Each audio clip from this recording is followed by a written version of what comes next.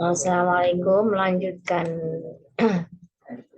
pelajaran kemarin, kita akan bahas tentang makosid manasik haji. Semoga slide-nya udah tampak, teman-teman.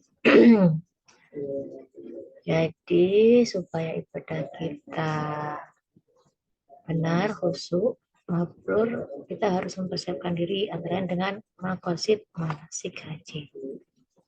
Nah, apa aja sih yang ada dalam manasik ini? Manasik itu adalah petunjuk atau penjelasan cara mengerjakan dan sebagai tuntunan hal yang berhubungan dengan rukun, wajib, sunnah haji dengan menggunakan miniatur Ka'bah dan dilaksanakan sebelum berangkat ke tanah suci. Manasik haji juga mengajarkan bagaimana caranya menggunakan kain ihram.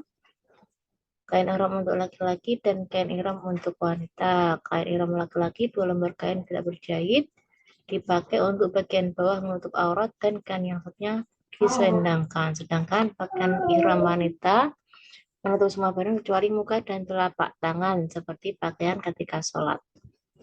Warna pakaian ihram disunahkan berwarna putih. Proses manasik haji jamaah akan melakukan praktik ibadah secara langsung seperti setiap tempat manasik memiliki kawasan simulasi seperti Ka'bah, tempat-tempat jumroh, dan lain sebagainya. Salat jamaah diajarkan urutnya secara benar sampai melakukan tahlul atau memotong rambut setelah melakukan sa'i. Manfaat manasik.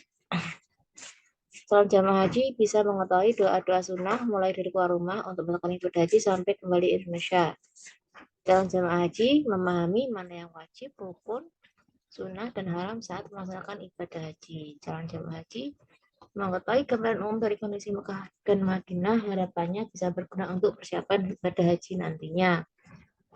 Mereka akan sering mengenal antara jamaah satu dengan jamaah lainnya, sehingga saat di Mekah dapat saling membantu.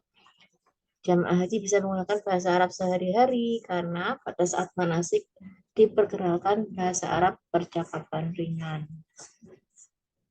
Manasik juga diperlukan untuk menanamkan pemahaman para calon jamaah mengenai tujuan berangkat ke tanah suci hanya ibadah karena Allah, bukan pamer, sombong, mendapatkan gelar status sosial tertentu, apalagi sekedar ikut-ikutan. Juga diajarkan sifat pengendalian diri, sabar, ikhlas, tawakal, silaturahim, ukhuwah, serta menumbuhkan rasa persaudaraan.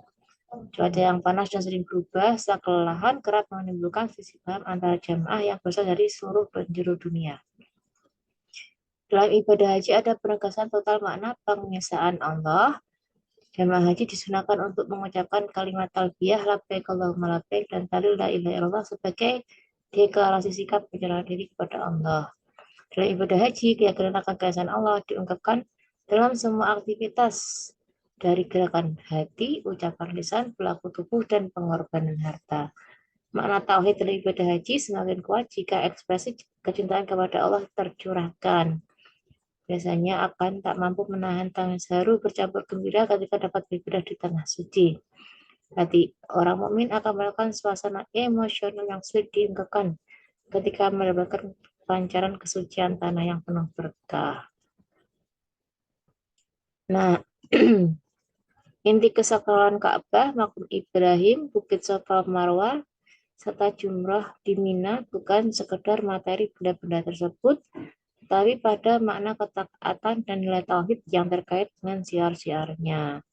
Karena itu para fuqaha sepakat bahwa seandainya Ka'bah hancur tak tersisa, umat Islam tetap disyariatkan untuk tawaf dan salat ke arah Ka'bah, karena yang dimaksud bukan materi Ka'bahnya, tapi lokasi dan kondisi yang Allah tentukan sedemikian rupa. Meski demikian, bukan berarti siar-siar tersebut hanyalah simbol semata tanpa esensi dan substansi penting, karena ketaatan dan ketundukan pada Allah perlu diekspresikan agar tidak semata menjadi khayalan dan angan-angan kosong. Nilai-nilai tauhid terekspresi dengan menggunakan siar-siar tersebut. Keyakinan abstrak tauhid perlu diterjemahkan dalam bentuk yang konkret. Ibadah haji menjadi saksi bahwa dunia akhirat bukanlah dua hal yang kontradiktif. Jika seorang muslim mampu mengelola motivasi dan memanage berbagai kegiatannya, seorang melakukan ibadah haji secara lengkap, baik rukun, ibadah haji wajib sampai sunnah masih akan dapat waktu dan kesempatan untuk melakukan perdagangan. Meskipun para ulama mengatakan lebih afdal untuk tidak melakukan dagang di sela ibadah haji, tapi semua ulama sepakat jika rukun dan wajib haji disempurnakan ibadah, kegiatan perdagangan tidak akan merusak haji. Ibadah haji juga mengajarkan bagaimana seorang muslim melakukan aktivitas kolektif secara baik. Karena ibadah haji selalu dilakukan dalam suasana kebersamaan. Tidak ada kegiatan ibadah haji yang dilakukan sendirian. Semua dilakukan secara terbuka dan bersama orang lain. Jadi ada spirit of team. Namun yang memperhatikan sebagian jemaah haji tidak memahami spirit yang ditanamkan Al-Quran tersebut. Meskipun Al-Quran mengajarkan semangat kebersamaan, sebagian jemaah haji justru mempraktikkan individualisme dan egoisme dalam ibadah haji. Banyak jemaah ibadah haji yang tawaf misalnya, bukannya bergerak secara tertib bersama seluruh jemaah, justru menabrak ke sana kemari dan mengganggu jemaah lain. Dalam melempar jumrah juga sering jadi kesalahan yang sama, bahkan sering membawa korban karena kesalahan tersebut. Ibadah melempar jumrah selalu menjadi kacau karena banyak jemaah berpikir egois dan tidak tertib untuk jumrah dalam kebersamaan. Jika semua jemaah haji mempunyai semangat kebersamaan dan terbiasa pada ketertiban, tidak perlu bersikap-sikutan apalagi bertabrakan. Jika semua jemaah haji memahami gerakan ibadah dan mengikuti semua secara baik proses haji, maka akan menjadi gerakan kolektif yang indah.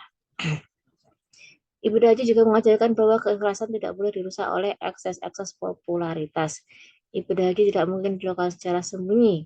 Siapapun yang melakukan haji pasti akan diketahui orang lain, sehingga muslim yang melakukan ibadah haji harus menjaga keikhlasannya bagaimanapun keadaannya. Keikhlasan bukan selalu dalam kesendirian. Keikhlasan adalah menjaga agar motivasi beribadah hanya karena Allah semata. Kepopuleran, pujian, celaan orang tidak boleh mengganggu niat dan motivasi untuk berbuat ikhlas dalam ibadah. Individual seperti puasa dan sholat malam mungkin sederhana, tapi tuntutan untuk tetap ikhlas dalam ibadah haji tidak dapat dipenuhi oleh semua orang. Hanya orang-orang yang mendapatkan hidayah dan ilmu Allah yang tetap dapat ikhlas dalam ibadah terbuka. Sekarang mengenai tawaf, tawaf itu mengelilingi Ka'bah sebanyak 7 kali dengan posisi Ka'bah di sebelah kiri, diawali dan diakhiri sejajar dan searah dengan Hajar Aswad. Karena posisi Ka'bah di sebelah kiri, maka orang tawaf mengenai Ka'bah pada posisi berlawanan arah jarum jam. Macam-macamnya ada tawaf kudum, itu kula nuwun, tawaf ifadah, artinya berlebih atau meluap merupakan komitmen diri menebar kebaikan dimanapun berada dan kepada siapapun. Lalu ada tawaf wada, artinya perpisahan.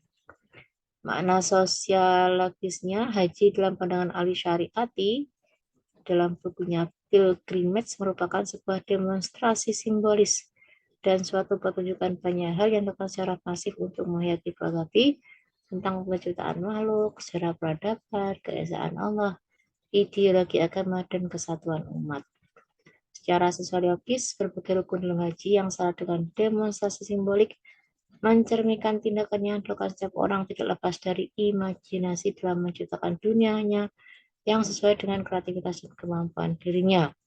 Dunia permainan bagi anak-anak, dunia belajar bagi pendidik dan terdidik, dunia kerja bagi orang dewasa, dan dunia haji bagi orang yang menyempurnakan rukun Islamnya adalah sarana untuk mengekspresikan proses interpretasi dua arah, yaitu antara subjek dan objek, antara pelaku dan melakukan.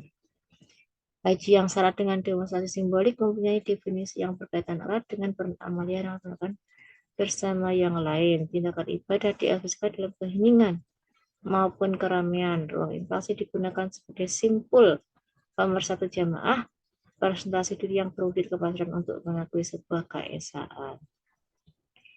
Ibarat permainan yang digandrungi anak-anak, haji adalah sebuah dunia yang digunakan sebagai ajang ekspresi dan kreasi simbol spiritualitas untuk mencapai kepuasan dan kebahagiaan. Di dalamnya terdapat persesuaian dua arah yang terjadi secara emosional yang bisa mengakibatkan setiap pelakunya bisa menangis terharu, terpenuh, atau mungkin tersenyum sambil membayangkan betapa permainan ini sangat mengasyikkan. Wajar dilihat banyak orang yang ingin melakukan haji berulang-ulang karena mereka tertarik dengan pertunjukan yang menyajikan suguhan spiritualitas yang bisa mengajaknya pada objek-objek material dan non-material yang menakjubkan.